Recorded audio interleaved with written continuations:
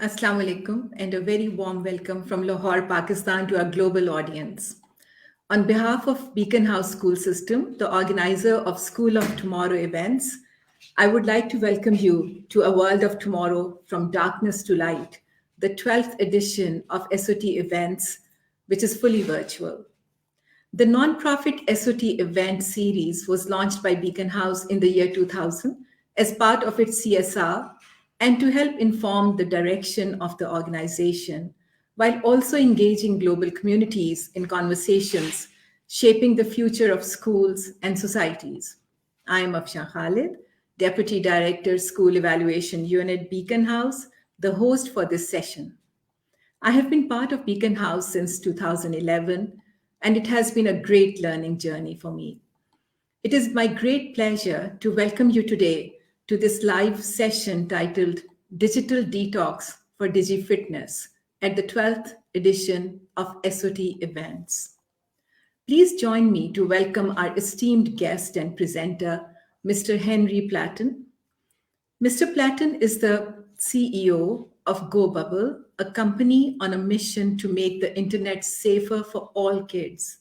He has worked on online safety and school issues for more than 15 years, winning the prestigious Nominate Award for making the internet a safer place in the process. Welcome, Mr. Henry Platten. Thank you very much indeed. It's a great pleasure to be here today. And thank you as well to all of the guests around the world who are tuning into this and have been tuning into all of the School of Tomorrow broadcasts from Beacon House. It's my great pleasure, my great honor to be one of the presenters as part of this scheme of work.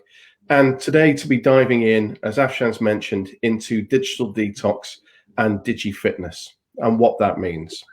Thanks, Henry. So we'll just come back to you, just a few housekeeping announcements, and also a little context to today's presentation that I may share. With more children accessing the internet than ever before, it has become imperative to ensure digital safety. The internet and its allied tools are integral parts of our daily lives, but how are they shaping our ability to function as a society? Are these enabling technologies tearing our families apart, or just changing the dynamics of families and societies at large? We are really happy to have a large global audience this evening and look forward to this session, Digital Detox for Digi-fitness, like Henry has just mentioned. And I'm really excited to see what Henry has to share in form of different ways to promote mindfulness in using technology and ways to protect yourself and others. It is a tremendous privilege to have you here with us once again. I request our viewers to share their comments and questions on sotevents.com website, Facebook, and YouTube at any time during the session. We will take as many questions as we can in the last 15 minutes of the session. On behalf of Beacon House, I also would like to thank our lead corporate sponsor, UBL, for sponsoring and making such events possible. With no further ado, over to you, Mr. Henry Platten. Thank you very much indeed.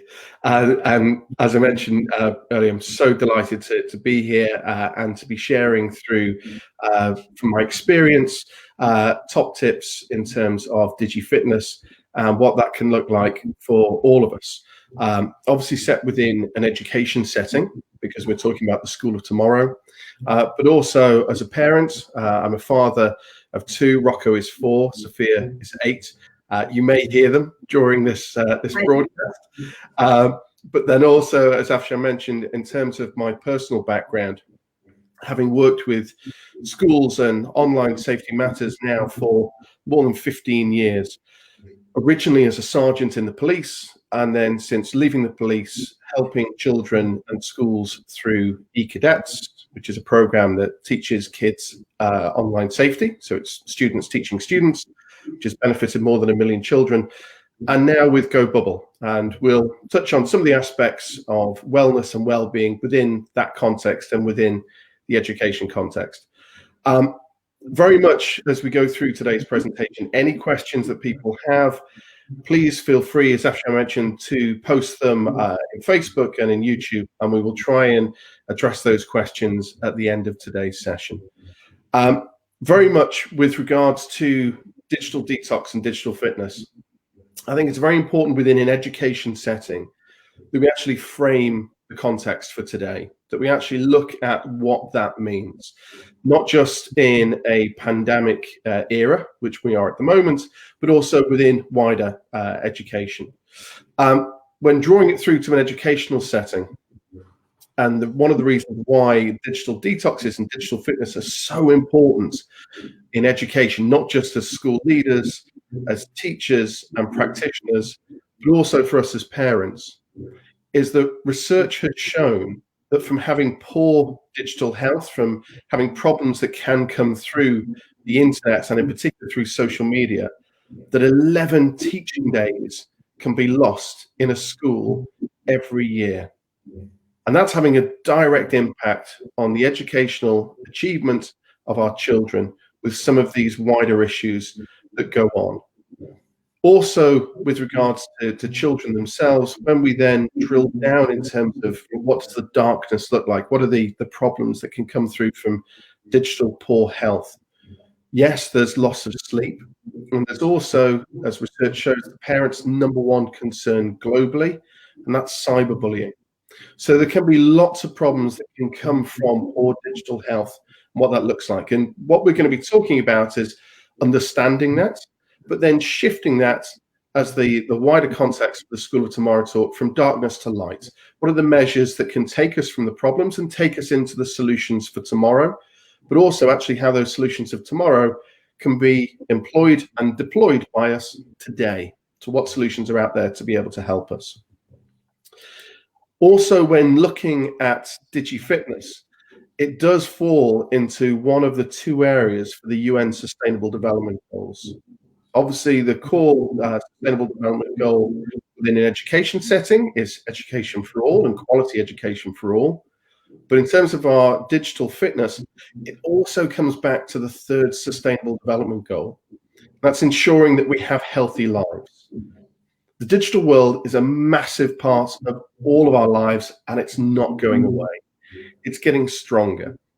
And again, as we've seen during the times of COVID, the role that digital can play, especially within an education setting, can be vitally important for practitioners and parents when these two big, powerful forces come together for the good of the child. And everything that we're talking about in this session today is very much around the good of the child. Yes, there's our own personal Digi-fitness, our own personal health as grown-ups, but the behaviors that we model, the children pick up on. And they very much learn through our experiences as well. So what we're going to be talking about is how all of this can wrap together. Now, one of the main aspects as well that can come through Digi-fitness in particular is safeguarding. Now, I wasn't fortunate enough to be a teacher. My parents were. My dad was a secondary principal and my mum was a primary teacher, which some may say is the reason why I'm not a teacher. So I take my hat off to all educators around the world for what they do. I think you're superheroes. Well, my father, when I was growing up, always used to say that the top priority for a parent when they leave a child in a school's care first thing in the morning is that they're as safe as when they leave them, when they pick them up. And the same is true within the digital world when we're talking about safeguarding.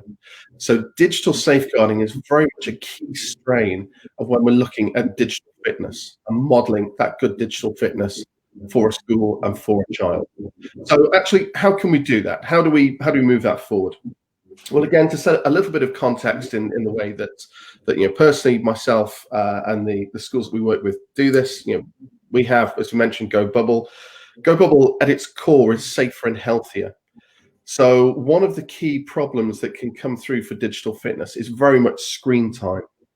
And it's the quality experience that comes through.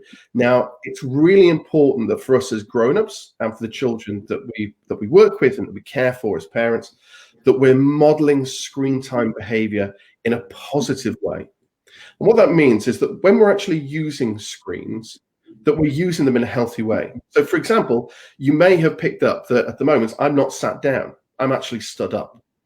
And this is one of the reasons why, particularly when I'm working, I will always stand up to use the computer. One, it's healthier for us, it's healthier for our bodies to be able to take breaks between sitting and standing. So it's not good to always sit down, it's not good to always stand up, but to do a mixture of the two. So this is just one of the ways that we can start to think about how we're engaging with the digital world in a healthier way. The other thing is the actual context that we're using a device for. What's the purpose that we're getting from that? And then if you can set screen limits, it's really a good idea. So for example, in GoBubble, it does that automatically. It actually switches off at night, so it doesn't interfere with a child's sleep pattern.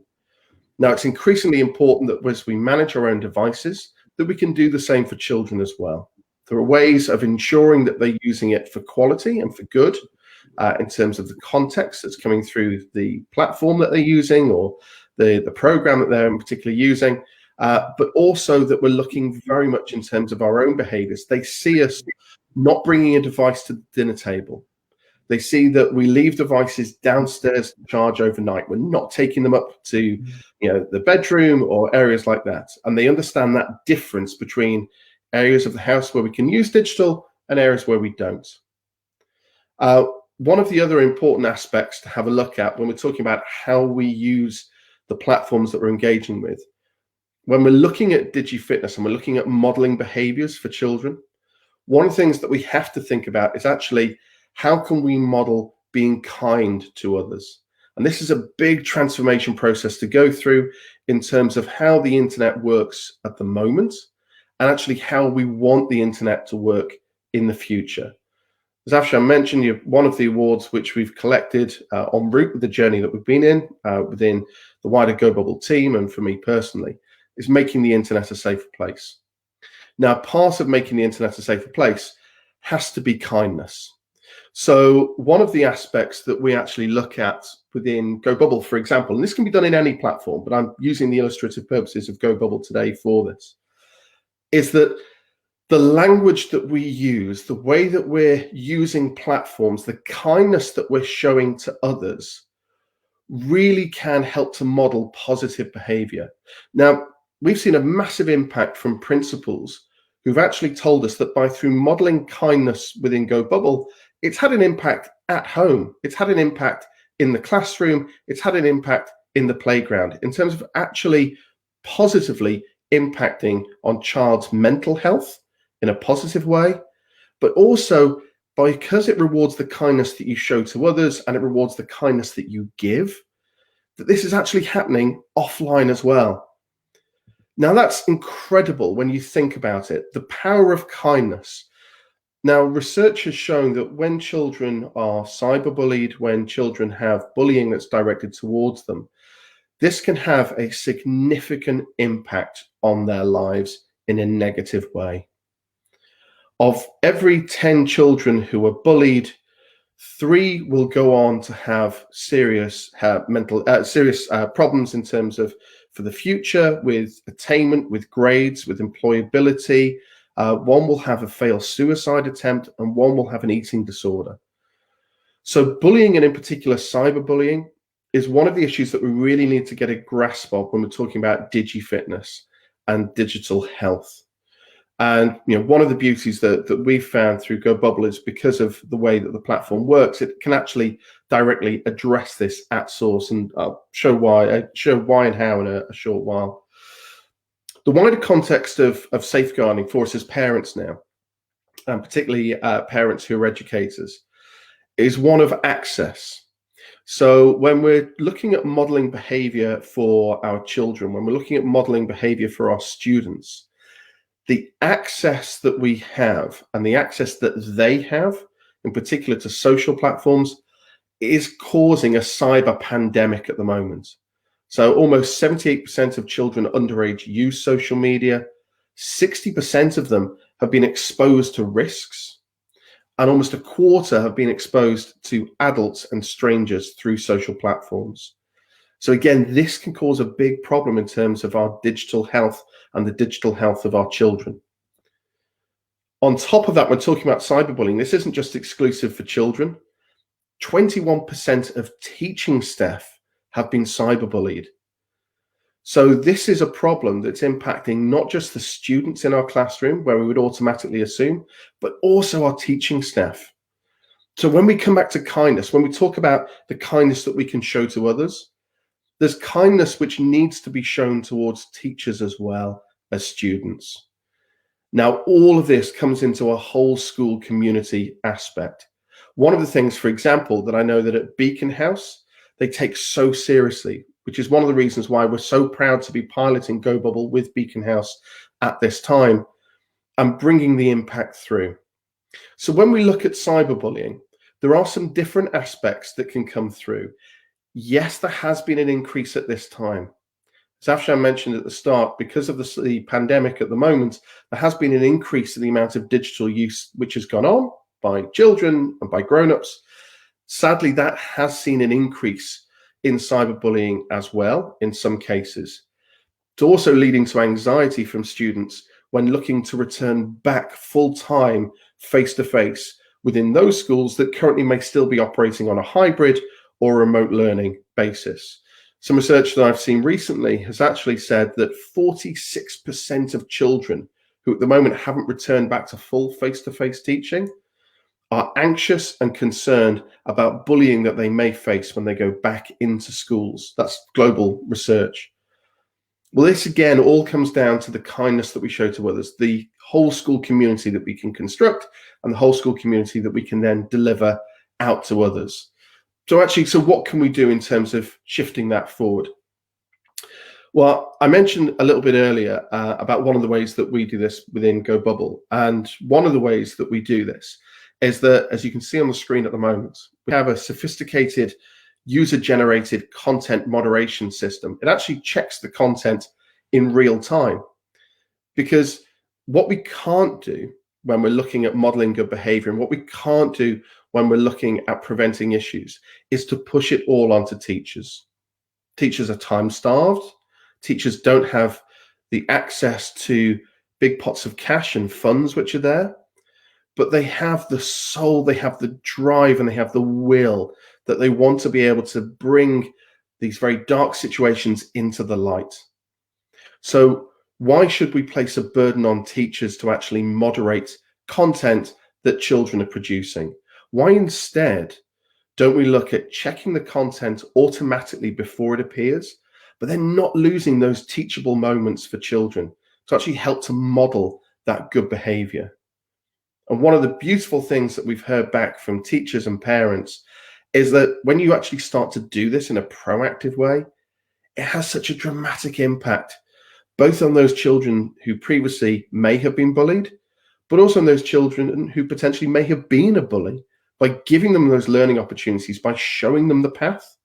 One of the things which is at the heart of Go Bubble is such a transformational experience.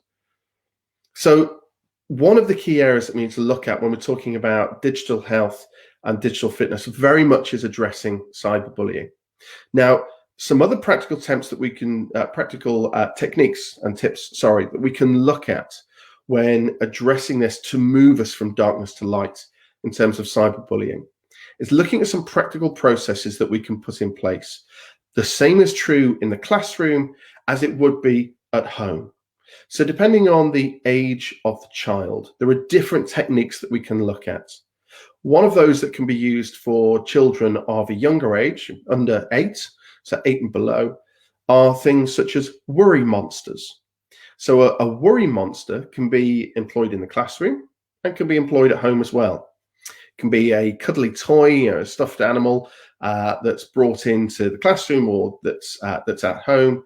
And the children know that if they have any worries or if they have any concerns, they can write it down on a piece of paper and they can pop it into the mouth of the worry monster.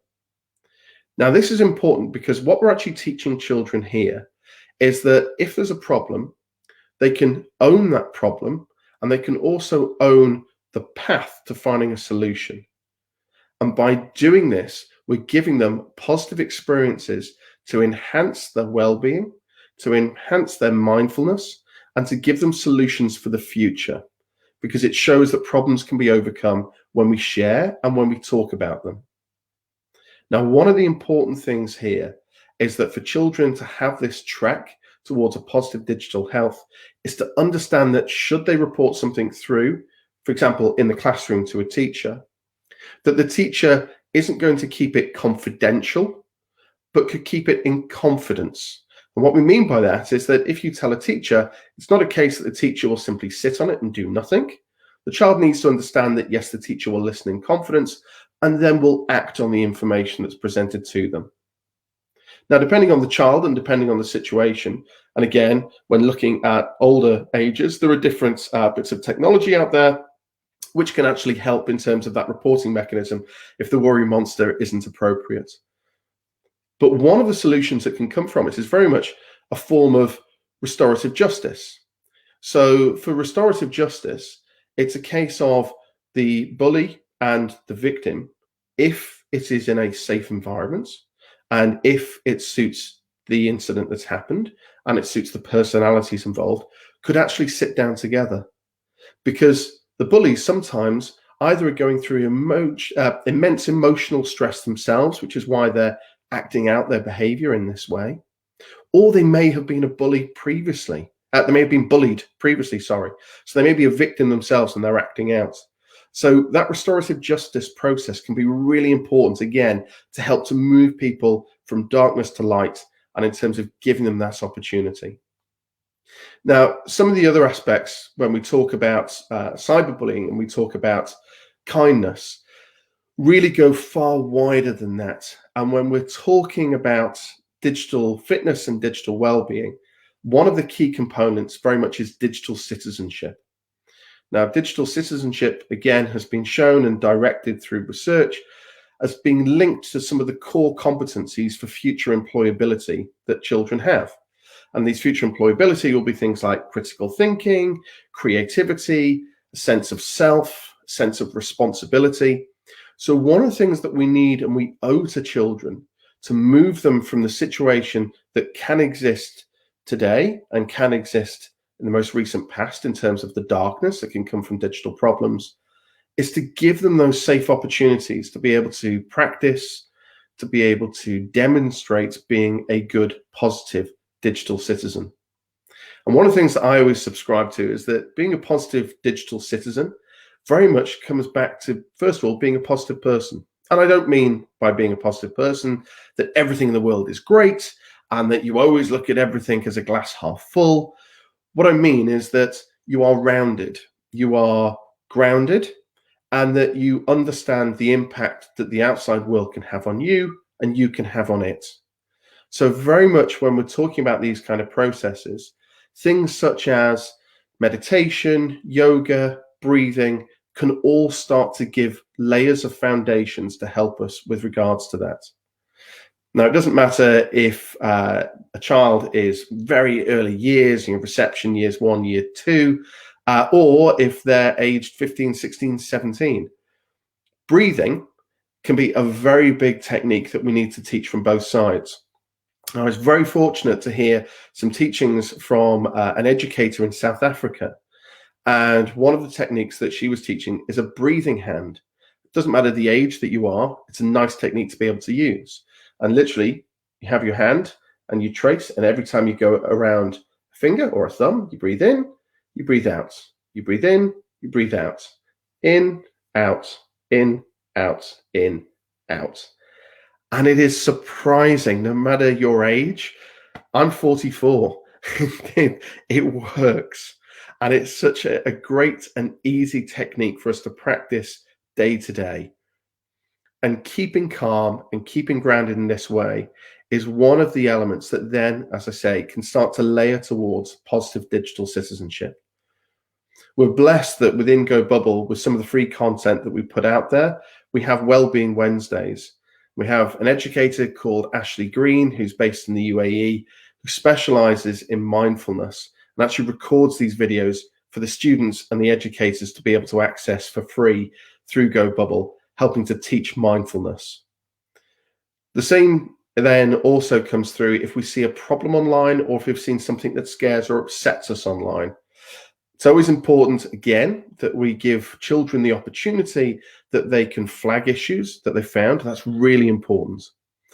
It's also really important that we teach children not to retaliate, not to respond back.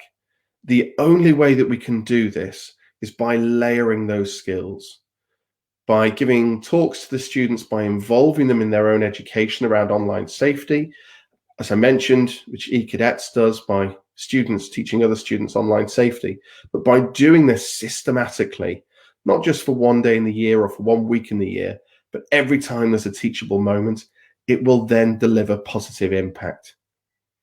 The same is also true in giving them these opportunities to be able to engage with technology which is appropriate for their age and which very much helps and guides them through that. Now, one of the other aspects about being a good digital citizen is about being grounded away from devices. So we're really proud, as you can see on the screen at the moment, within Go Bubble, between now and the end of the year, we're actually celebrating kindness. And what I mean by that is that by working with educators in more than 68 countries around the world and more than 1,700 schools, what we're able to do is that we can have the opportunity to help and support children as much as possible. So one of the ideas that we came up with was the idea of celebrating kindness. And we were so taken with the feedback from one particular educator in the UK that we decided to take this further. And the idea is that we're actually giving children the opportunity to record the kindness that people have shown them, as well as the acts of kindness they've shown others within Go Bubble. And it's amazing when you give something as simple as that, an idea as simple as that to a child, to see what it can do, and also how it can also encourage additional acts of kindness. Now, this all comes back to educational attainment, and you might wonder why. Well, research again has shown that the happier we are, the more open we are to learn. So when we're talking about a school of tomorrow, how important is it that that school of tomorrow is founded and grounded in kindness? Because kindness helps not only increase educational attainment during the years that they're with you and studying with you, but also it helps that wider community. It ripples out. And one of the things that we're that we stress so importantly, that we care greatly about when talking about the Go Kind campaign that's running in Go Bubble and is free for people to take part in, is very much showing kindness offline. What have people done in real life to help you and show you kindness? And what have you done to show other people kindness? And really, that's at the heart of everything to do with digital fitness and digital health. It comes down to our own fitness. It comes down to our own health and how we're translating that into a digital world. So I'll give you a great example. So today, I'm in the UK at the moment. So we work globally across 68 countries, but I'm in the UK at the moment.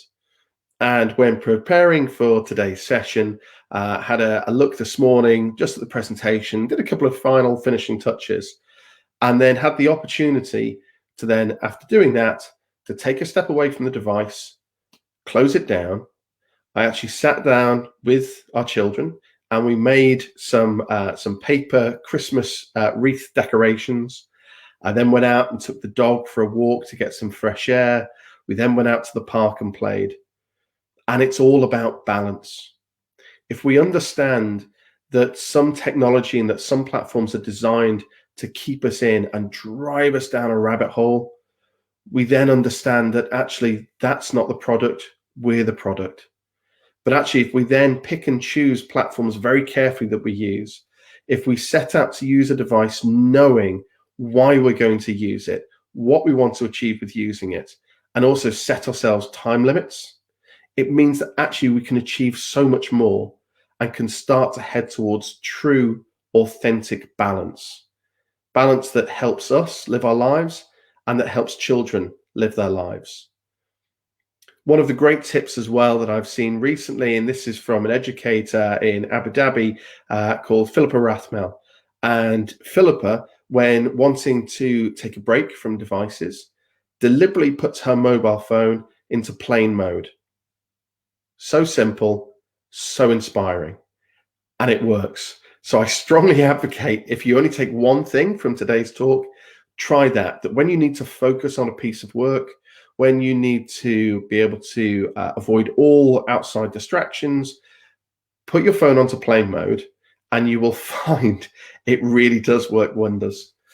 Also, for those of you who may be Apple users, which I am, both for my device and for my phone, you can set obviously alarms for when you wish to wake up in the morning, but it can also tell you if you want to wake up in the morning at that time, what time you need to go to bed by. And it can give you the warnings then before you need to go to bed about when you need to switch off the device, to rest, to relax, and to clear your brain. One of the areas I've been asked in the past about, how do I prepare my brain for sleep, particularly, working in technology. As you would guess, I'm faced by screens every single day.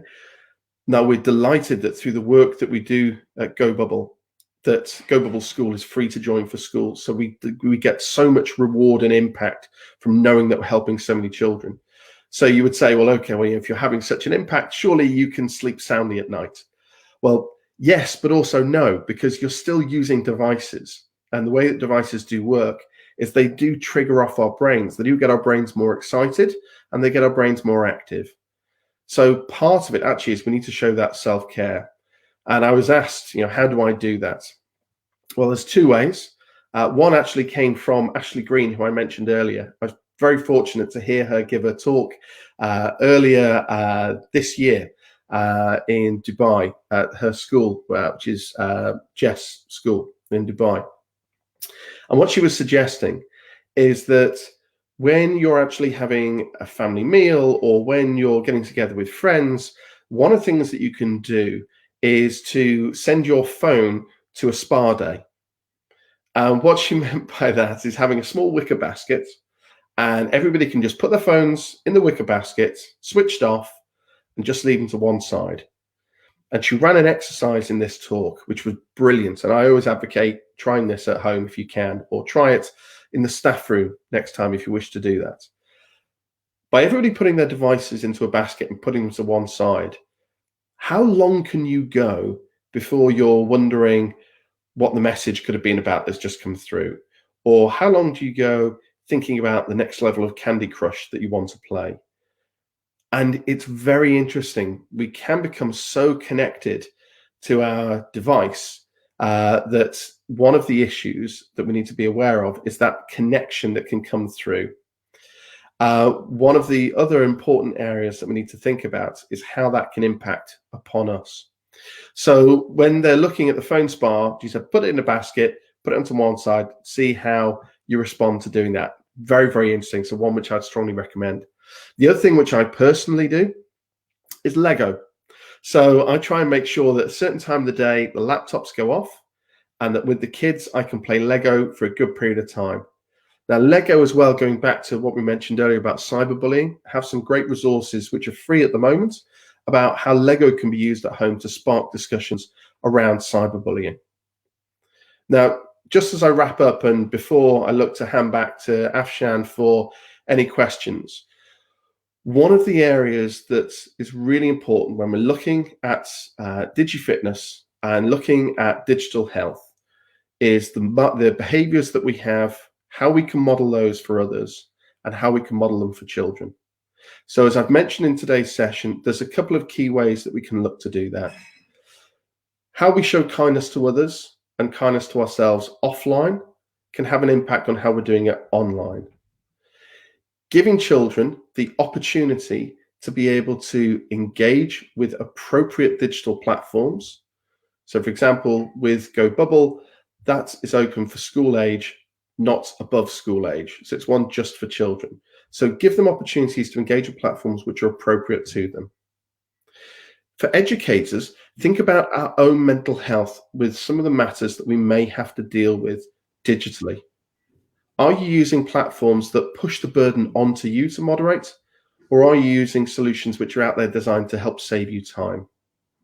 And then finally, as I say before handing back to Afshan, that one of the things which is really important is that we need to think about our own personal experience, about how we're living our lives, and trying to be the best version that we can. So thank you very much indeed for your time today. Thank you to Beacon House and to Afshan for the opportunity to share just some thoughts. And obviously, I look forward to any questions that people may have that they wish to dive in deeper about digital detoxing and digital fitness. Thank you very much indeed. Thank you, Henry. I wish you had continued for another hour, because this is the need of the day, and this is it is imperative that we all know what we can do in schools and also at home. And I would like to share here that there's been a massive, overwhelming positive response to this session. I have been receiving messages while you were presenting about what a great topic to choose, and this is something that needs to be discussed more often. So thanks a lot for that. And yes, we do have a number of questions coming our way. So let me just start with the first few that I can see on my screen. So the first question that is being asked, Henry, is how can we help students to safely connect to stop any safeguarding risk? Yeah, that's a very good question. I mean, obviously, at this time, there's an increasing pressure on children, really, for maintaining those authentic friendships. Talking globally now, that normally they would be able to have in the playground or the school corridor or after school meeting up. With restrictions around the world in different forms, around restrictions on teaching practices, restrictions on play for children. Children naturally are going to be directed to alternatives to try and fulfill those needs. Now, one of them actually that came up in a piece of research earlier this week, connected to Anti-Bullying Week globally and to World Kindness Day just before. Is research was actually done into Nintendo's Animal Crossing. And it showed, because obviously in Animal Crossing, you can connect with your friends. And the research actually shows that by people playing Animal Crossing, it can improve their positive mental health. So there are some opportunities where normally we may think, well, they're just playing a game, that actually it can have a direct impact through to them. I think in terms of safeguarding, one of the natural tendencies for children is the desire to chat.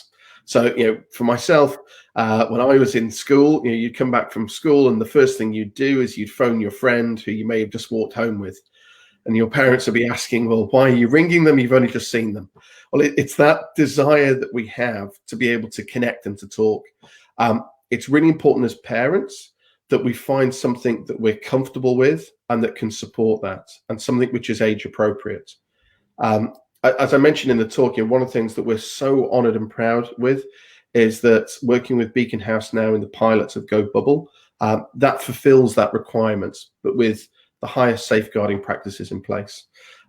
So I'd say find something that your child is comfortable with, find something that you are happy with as a parent, and make sure you have those channels of communication with you and your child, should there be an issue that they know that they can raise if they're using a different platform. Yeah, so the keywords here are maintain those channels of communication, right? And exactly. See what works best in your context and according to your value and belief system at home. Yes, very much so. Yeah, so very well said, Henry. There's another very interesting question here, which I'm going to just read out for you. So what is the best advice you personally do to manage your digital well-being, your own digital well-being? That's a smart question, I must say. Yeah, I suppose a couple of I've touched on quite a few of them in the talk, but probably to summarize them, it's things such as having a set time that the devices get turned off in the evening, because you don't want to be impacting on sleep. Using the airplane mode on my phone when I don't want to be distracted, because notifications, WhatsApp and things like that can always be pinging throughout the day. So it's knowing when to take breaks and take the break before rest time, using the airplane mode to stop notification distractions. And I think the third is knowing when to take breaks throughout the day. So knowing to make sure that, we walk away from a screen, go and get some fresh air if we can, or just walk to another room away from a screen for a period of time is very good for you, and not just good for your body, but good for your soul as well. Absolutely. Just last night, I was talking to my son, and we were talking about these different techniques to stay focused. And a very interesting technique that is being practiced a lot is Pomodoro Technique, which is 25 minutes of focused work with, an alarm ticking. And then every 25 minutes, you go for a 5-minute break. You just walk away from the screen, or you walk away from, so that is a good way to detox. So there's a very important question, which you may be able to see in the chat window also. Someone is asking, how should parents deal with teenagers going through self-image issues that essentially come through exposure to social media? And this is a very, very important question. Yeah, and it's one which, as I mentioned, my own children haven't reached teenage age yet, but we have family members, cousins, nieces, nephews, who have gone through this. The toxicity and narcissism that can come through mainstream social media has proved that the big social media players are broken. The system is broken, and it's not one that's there to support and help us, in particular for teenagers and self-image. I think back to my own youth. As a teenager, thankfully it was pre-social media, and I had self-image problems before social media, let alone how it could have amplified it now. One of the really important things is to help young people understand the difference between reality and what's portrayed. And this only comes through listening, through the child knowing that they can come and talk to you without judgments and without you trying to find a solution, which can be the most frustrating things at times. We want to be able to help and give the answers, but sometimes actually a big part is just listening. There are great videos and materials which are out there. I would always direct people towards Sue Atkins. She's wonderful when it comes to child positive mental health and helping to give direction to parents on areas like this. And it's one of the reasons, again, deliberately within Go Bubble, we don't have filters, put for this very reason. The use of filters, the use of camera technology tricks to change either skin pigmentation or tone or beauty filters, really, whilst they're there as a game, could actually make other people feel really bad about themselves. And unfortunately, this is an incredibly vicious cycle, and one that personally we're on a mission to try and break up. So I'd say being able there to listen to a child is an important point. Absolutely. Children should also have that confidence and that knowledge and affirmation that there's somebody who can listen to what they're trying to say in words or otherwise also. That's very true. You had mentioned about putting your phone on an airplane mode. So there've been, some discussion that is coming our way from there. And someone is asking that with the increased digitized environment, how can we as teachers, students, and even employees deploy putting our phones on the airplane mode? Isn't that high expectations? I think through communication. So if you can create a culture within your organization or your school or your classroom or your home, if we're talking about parents, where people understand that, yes, you can be available for some of the time, and when you are available, you'll be very much there. But there will be times when you need to focus, and that helps us to be the best version of ourselves that we can be. Now, that's something which I think as any employee, you would never be criticized for saying that you want to be able to focus and get the job done And that means that you have to manage the time. So there'll be certain time where it's in airplane mode, certain times when you're not. For teachers, yeah, again, it's incredibly difficult with all of the pressure at the moment in terms of platforms and pressures. The notification issue can be something which is very distracting. Again, that's why in Go Bubble School, our web platform, excuse me, there are no pings, there's no alerts, there's no notifications in that way to distract. So there are certain things which some developers like ourselves are trying to do to help people. And then the airplane mode is very much a hard fix that you can do yourself. But have that communication before you're going to use that technique so other people know that you're not trying to avoid them. And there'll be a very good reason why. And hopefully that should help. Absolutely. And yes, it's keeping a balance. And, we just start getting so used to having this gadget in our hands that if we don't check it every 2 minutes, you feel that there's something wrong that you're doing, or you are supposed to do something that you're not doing. Absolutely right. So keeping in mind the changing landscape of the digital world around us, what challenges do you foresee in the upcoming future for children in this use of digital media? Yeah, that's a very good question. As you say, the landscape has shifted dramatically. For someone who's been working with schools for so long, working within this arena for so long, the steady build-up and steady proliferation of digital within a teaching environment has been one which has always been there and has been on the horizon. I think one of the sort of biggest takeaways from the virus and the pandemic for the world of education very much has been the emerging and now established role of digital within education. Not one to replace teachers and to replace education, but simply there as an enabler or as a tool in the armory when needed. I think the challenges for kids, it's one of the reasons why personally I'm on the journey which I'm on, is I want to make the internet safer for kids.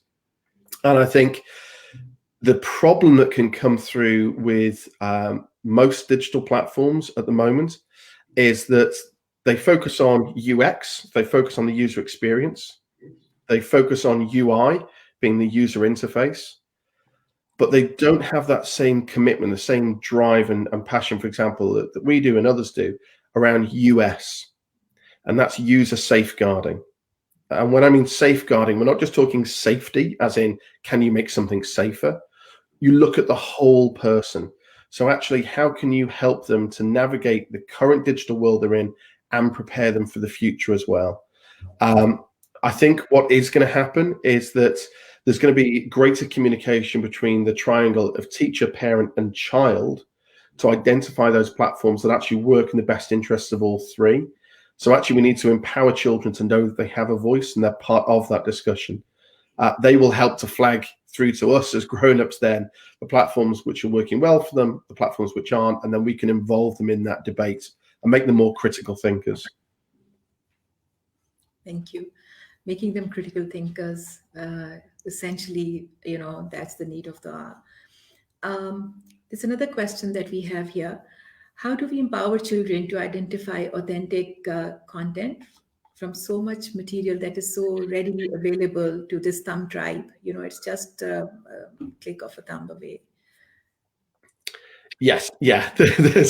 There's always a lot of issues around obviously authentic content, be it fake news, be it images which are being doctored or enhanced, but also kind of a hybrid of the two. Those cases whereby people are taking photos or videos which may have been recorded in a different part of the world or at a different time, but now portraying them through as being live footage from a current news story or something that is active and happening right now.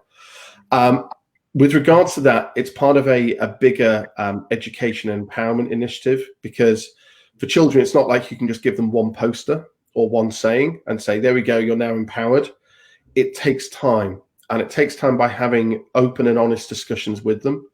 So a good example will be the Momo challenge, which and the Momo video on an image on TikTok and Instagram and all of the other platforms that was circulated around about sort of 12 months ago, which hit the world as a big viral sensation that was going on at the time.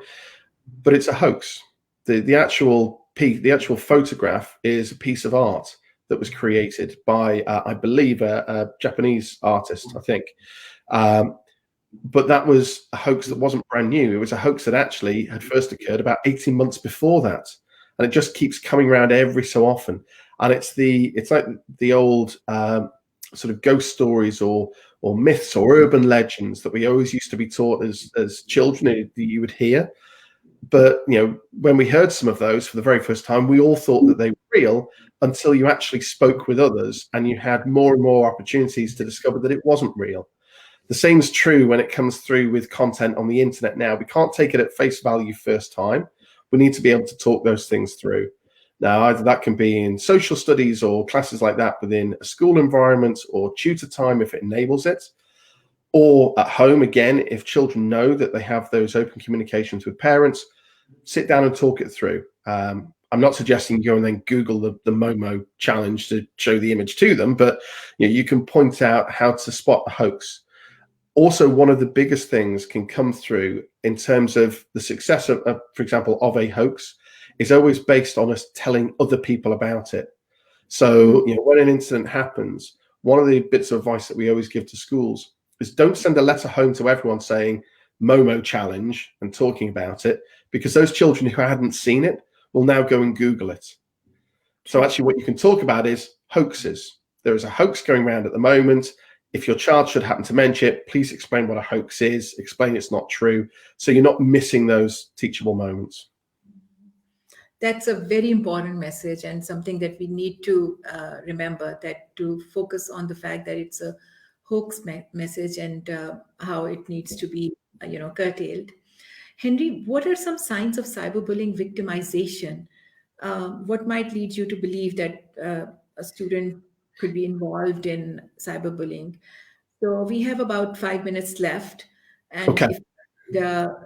if you could just help us with this question, and then also touch a bit upon stress, deteriorating mental well-being, which should be a priority, but unfortunately is not.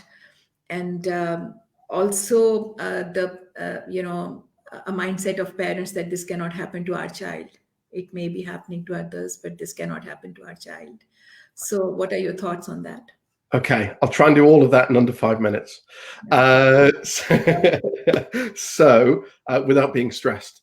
So some signs of cyberbullying victimization. So some early warning signs that a child may be suffering cyberbullying will be changes in appearance. So people who are bullied start to take less care of themselves. It will be a gradual but quite a marked change in their behaviors. So, for example, whereas they normally may have been on time and ready for the school bus, they start being late and dragging their heels. If they are active device users, particularly with notifications, whereas previously if the phone had beeped, they would have been straight to it. If the phone beeps now, are they appearing nervous? Are they appearing stressed? Are they avoiding their device altogether? So these are some of the warning signs that can start to show through if a child's being a victim of cyberbullying. One of the things that we actually do in the background of Go Bubble for educators is that we can actually start to track a child's happiness over time, and if that happiness is changing for any reason. Working a similar way to learning behaviors and then making adjustments. It's the same with cyberbullying, that if a child is being a victim of cyberbullying, it's their behaviors that will gradually start to change. So it's just being aware of what those pressures may be.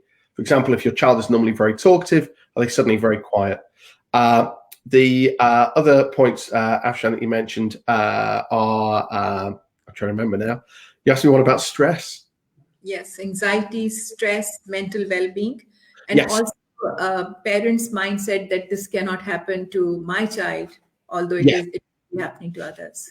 Yeah, I haven't got the exact figure to hand in terms of the probability of cyberbullying, for example, but it's incredibly high that either your child will be a victim of it, or maybe a person who actually bullies somebody else. So cyberbullying, unfortunately, is something which is a factor of all of our lives because it comes back to human behavior. So part of it, again, is about that importance in helping our children understand kindness, understand the impact that their actions can have on others, but also understand that you're there to listen and help whenever they want. Those three is like a magic combination. But sadly, cyberbullying will invariably happen to either your child or a child that you know at some point in their life, either with them being the victim or even potentially them being the offender. Very well said. And the last bit now, before we wind up, how can you work on the generation gap between digital natives and digital immigrants to facilitate the learning of digital citizenship? Yeah, that's a very good question. See, I mean, I think back to my childhood. My first computer was an Atari 2600. Whereas now there's the new PlayStation 5 that's come out and the Xbox X, and it's computers have progressed massively. And I remember a time before social media and before the internet, and not only our students now, but even some of our parents have never known anything else. So for us as educators and as teachers, for some of us, it is very much, we've seen this evolution that comes through. The short answer to the generational gap that we've seen, and I can give people the link to the website. So it's called eCadet, so ECADET, ecadet.co.uk. In there, it does show some examples how this can work. So within eCadets, what we've actually had is not just the students teaching the other students, but also the students teaching the parents, and the students going into school leadership meetings with governors and teaching the governors. So because if you give the right knowledge and the right input as part of the curriculum model to help those students learn, so you're giving them the good behaviors, you're giving them the knowledge, but then use them. They're the biggest resource that you can actually have in addressing positive digital citizenship, by empowering them in that way. And we've seen that impact benefit more than 1 million children. It's quite transformational. So I'd always involve the child at the heart of all of that. Yes, child should be at the center of all we do. And child is the heart of the matter. So as an evaluator, I learned that while I was being trained how to evaluate schools. So it was child is the heart of matter. So always remember that. So that's, I think, a very strong message. And any parting message, your last bit of advice, Henry? I think that the last bit of advice is not to worry. Don't feel that you're on your own.